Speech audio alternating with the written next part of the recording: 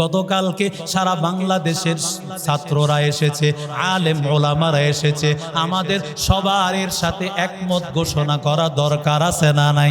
পৃথিবীর মানচিত্র থেকে ভারতের নাম নিশানা মুছে যাবে, ভারতের 7 স্টার থাকবে না, কারণ পয়গম্বরের ঘোষণা গজওয়াতুল হিন্দ হবে, মুসলমানদের দখলে আবার চলে আসবে, কারণ এগুলো সব মুসলমানদের ভূমি, মুসলমানদের ভূমি অমুসলিমরা দখল করবে, তারা কথা বলবে।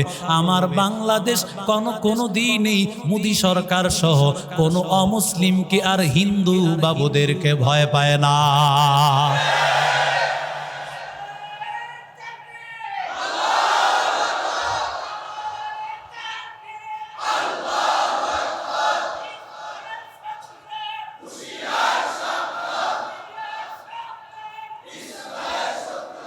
এরে নবীর আশিক উম্মতের দল, আল্লাহর বান্দা ভালো করে শুনো, 17 বছর যেই মানুষগুলো এইভাবে নির্যাতন করলো, এরে আল্লাহর বান্দা 13 সালের 5 মের ঘটনা কি তোমরা ভুলে গেছো?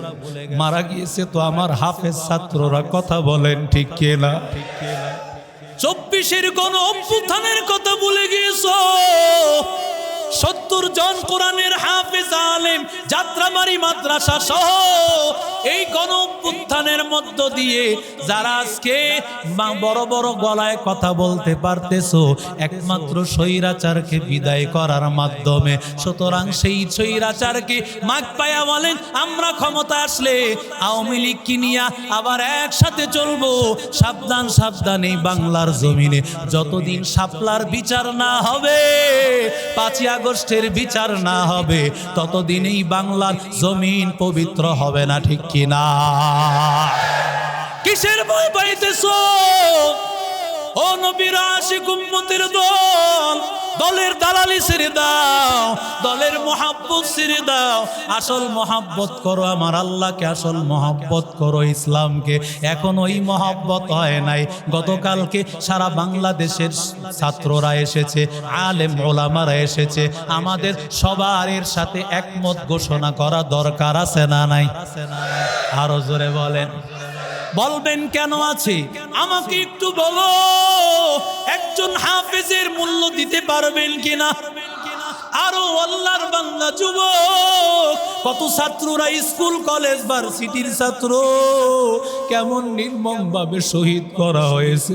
ওরে আল্লাহর বান্দারা, ও ছাত্র ভাইয়েরা, তোমরা কি ভুলে গেলা নাকি? তোমার সাথীদেরকে হত্যা করা হয়েছে।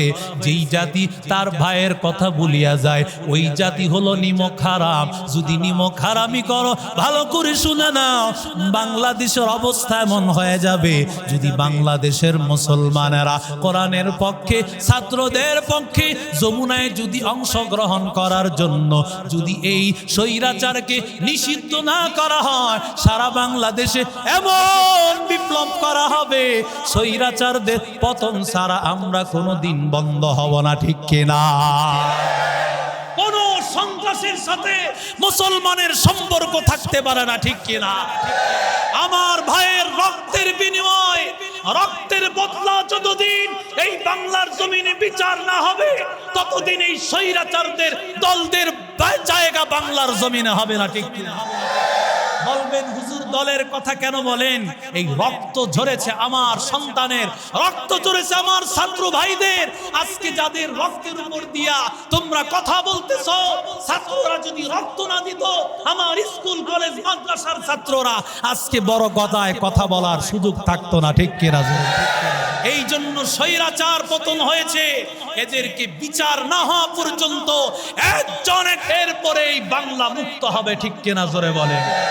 যারা একবার এই বাইতুল মামুরে ঢুকতে পারে ফেরেশতা, একবার ঢুকে দ্বিতীয়বার আর কোনোদিন চান্স পায় না। সুবহানাল্লাহ, জোরে বলে। কি পরিমাণ ফেরেশতা আল্লাহ, কত ফেরেশতা আল্লাহ রেখেছে। পৃথিবীর সব মানুষের ক্ষমতা শেষ হয়ে যাবে, আল্লাহর যেই বাহিনী ফেরেশতা আল্লাহর কাছে রিজার্ভ জমা আছে। আল্লাহ চাইলে পৃথিবীর কোনো বাহিনী লাগবে না, কারণ প্রত্যেকের সাথেই তো বডিগার্ড ফেরেশতা, ডান কাঁধে বাম কাঁধে, চোখের সামনে কানের সামনে, জোরে বলেন আছে না নাই? সবার সাথেই যদি ফেরেশতা আল্লাহ দিয়ে থাকেন, শুধু এমন না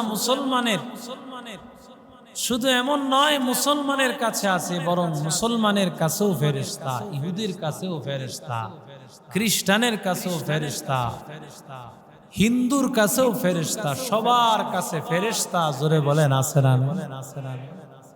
কি পরিমাণ ফেরেশতা! বাইতুল মামুরে আল্লাহ তাআলা এত পরিমাণ ফেরেশতা রেখেছেন। তারা বাইতুল মামুরের মধ্যে তাওয়াফ করে। আল্লাহ তাআলা হযরত আদম আলাইহিস সালাতু ওয়াস সালামকে জান্নাত থেকে আল্লাহ বের করে দিলেন। হাওয়া আলাইহিস সালাম, আদম আলাইহিস সালাম দুইজনকে আল্লাহ বের করে দিলেন। আদম আলাইহিস সালাম শ্রীলঙ্কায় গিয়া পড়লেন, আর হাওয়া আলাইহিস সালাম আসলেন জেদ্দা। যেই জেদ্দা এখনো হাওয়া আলাইহিস সালামের কবর, আল্লাহ তাআলা আবার আদম এবং হাওয়া আলাইহিস সালামকে দুইজনকে আল্লাহ একত্রিত করে দিয়েছেন। যেই মাঠের মধ্যে করে দিয়েছেন ওই মাঠের নাম আরাফাত। এমন একটা মাঠ যে জায়গায় আল্লাহ সব নবী রাসূলকে আল্লাহ নিয়েছেন। এমন একটা জায়গা, এমন কোন নবী নাই, এমন কোন রাসূল নাই যেই নবী রাসূলরা আরাফার ময়দানে যান নাই। আল্লাহ কিয়ামতের ময়দানে হাসরের মাঠটা কায়েম করবেন, আরাফার ময়দান থেকেই সেই হাসরের ময়দান হবে। আখিরাতের হাসরের ময়দানের চিত্রও তো আল্লাহ রেখে দিয়েছেন দুনিয়ায়। এত কিছুর পরেও আমাদের অনুধাবন হয় না। আল্লাহ তাআলা আদম এবং হাওয়া দুইজন আল্লাহর গোলাম, আমাদের মা আমাদের বাবা